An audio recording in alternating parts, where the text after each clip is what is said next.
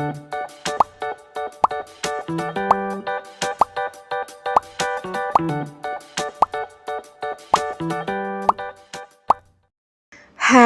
Assalamualaikum. Selamat datang di Nawasena Channel. Hari ini saya akan melanjutkan membacakan novel yang berjudul Terpaksa Menikahi Pet Boy, bab 16. Jangan lupa di like, komen, dan subscribe ya. Selamat menikmati. Setiap hari, Shannon berharap untuk tidak sampai jatuh cinta pada suaminya. Shannon, Shannon, tok tok tok. Seseorang memanggil-manggil nama Shannon diiringi dengan ketukan pintu. Terdengar panik dan pasti ada sesuatu yang buruk. Shannon tersadar dari lamunannya. Lekas ia menarik hijabnya lalu mengenakannya asal. Shannon pergi ke depan pintu lalu membukanya. Shannon, buruan, buruan, kamu ke rumah orang tuamu, ucap orang itu dengan suara terengah. Hati Shannon menjadi sangat tidak menentu. Ada apa sih, Bu? Kenapa dengan orang tuaku? Tanya Shannon segera memakai sendalnya dan bersiap untuk pergi. Bu Yayu lagi digulung sama rentenir. Semua barang elektronik dari dalam rumah diambil paksa. Shannon risau. Rentenir? Ya, rentenir adalah salah satu masalah di keluarga Shannon selama ini. Tanpa sepengetahuan Dharma, Yayu selalu minjam uang pada rentenir saat Shannon masih tinggal bersama mereka. Shannon lah yang membantu membayarkan cicilan wajib pada rentenir-rentenir itu. Shannon selalu diancam setiap kali Shannon ingin mengatakannya pada bapak angkatnya. Shannon pergi menuju ke rumah orang tuanya tanpa pikir panjang. Padahal sebentar lagi suaminya akan pulang. Shannon setengah berlari menerjang gang sempit itu agar tidak terlambat sebelum para rentenir itu mempereteli isi rumah orang tuanya. Siapa yang mau belain kamu ya, Yuk? Semua tetangga tahu kalau kau telah terus bayar kewajiban. Malah beli TV sama kulkas baru. Lah, nggak ingat sama hutang. Omeli seorang perempuan 50 tahunan dengan semena-mena melempar telunjuknya ke wajah Yayu yang hanya menunduk lesu.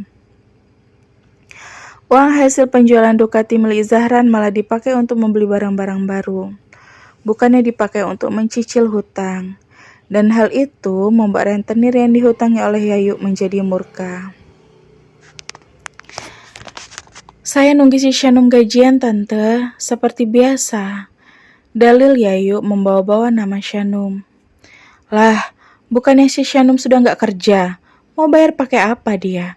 Suaminya aja cuma berandalan gak jelas begitu. Rentenir itu meremehkan. Shannon muncul dan segera mendekat. Beberapa barang elektronik yang baru dibeli oleh Yayu sudah ada di luar rumah setelah disita oleh para pengawal rentenir itu. Namanya Tante Gita. Bu, Shannon semakin mendekat dan Tante Gita ikut menoleh menatap pada Shannon yang datang dengan wajah lesuh dan sedih. Nah, ini dia. Hei, Shannon, cicilan ibumu ini sudah menggunung. Bagaimana ini? Dia malah belanja barang-barang baru. Apa aku tak berhak kesal? Ibumu ini tak tahu diri. Sambut Tante Gita langsung menuntut pada Shannon. Memangnya berapa sisa hutang ibu? Bukannya waktu itu cuma sisa 2 cicilan lagi? Tanya Shannon. 2? 2 apanya? Kan sudah ditambah lagi 5 juta. Cicilannya malah lebih besar lagi sekarang. Bukannya ingat sama hutang, dia malah beli barang-barang ini. Gimana aku gak murka? Benar-benar gak punya pikiran ibumu ini, Shannon. Shannon sangat kecewa. Masalahnya dengan Zahran belum selesai. Sekarang malah muncul lagi masalah klasik yang tak habis-habisnya ini. Kalau saja bapaknya tahu pasti bapaknya juga akan sangat kecewa. Penghasilan dari berjualan tak menentu, kadang cukup, kadang tidak untuk kebutuhan sehari-hari. Yayu malah nekat berurusan dengan rentenir untuk memenuhi hasrat belanjanya. Gimana urusannya ini, Shenum? Si Yayu bilang kamu yang akan tanggung jawab. Kalau aku jual barang-barang ini, jatuhnya jadi rongsokan. Tetap gak bisa menutup semua hutangnya. Tante Gita malah menekan pada Shenum. Lelah sekali rasanya Shenum menghadapi problematika ini. Apakah setelah menikah begini, hutang-hutang Yayu masih menjadi tanggungannya? Shenum, pinjamkan ibu uang. Cepat, bapakmu keburu pulang jualan. Kata Yayu mendesak. Tanpa perasaan dia malah ingin memerah Shenum lagi. Uang dari mana, Bu? Aku kan udah gak kerja. Aku gak dapat pesangon. Sisa gajiku aja masih ditahan sampai akhir bulan ini. Saut Shenum kebingungan. Hari semakin sore. Shenum, Yayu, dan rentenir ini masih menjadi tontonan pada warga yang kepo dengan permasalahan mereka. Dan karena ini sudah sore, Zahran pun sudah pulang dari bengkel. Begitu sampai di rumah, dia tak mendapati Shenum di dalam rumah. Beberapa tetangga memberitahu keberadaan Shenum dan Zahran pun langsung saja datang ke rumah mertuanya. Ada apa ini? Tanya Zahran, langsung menerobos kerumunan. Zahran mengambil tempat tepat di samping Shenum yang kebingungan. Shenum malah jadi malu pada Zahran. Siapa ini? Tanya Tante Gita, lalu memperhatikan sosok Zahran. Sosoknya pasti sudah menarik minat Tante Gita. Rentenir tak punya hati yang juga dikenal sebagai seorang tante girang yang suka pada daun muda. Bang Zahran, udah pulang ya? Kenapa nggak tunggu aja aku di rumah? Sapa Shenum dan terlihat jelas kalau saat ini Shenum sangat malu. Kenapa ini? Ada masalah apa? Tanya Zahran lagi dan matanya fokus pada Shenum. Ibu, kenapa? Ibu punya hutang sama Tante Gita. Zahran sudah bisa membaca apa yang terjadi.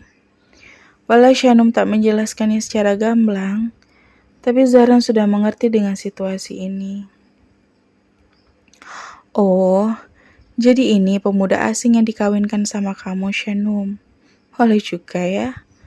Tante Gita menatap Zahra dan Zahra malah jadi tidak nyaman dengan tatapan nakal Tante Gita. Yayu terlihat resah dan malu, apalagi di hadapan Zahran. Hei Shenum, cepat kasih solusi. Sebentar lagi bapakmu pulang loh, kata Yayu pada Shenum. Aku kesal padamu, Yayu. Apalagi saat aku tahu kamu belanja banyak begini. Jadi mau tak mau kamu harus melunasi semua hutangmu. Berikut dengan bunganya. Aku beri waktu 3 hari. Kalau enggak, ya terpaksa aku ambil semua barang ini.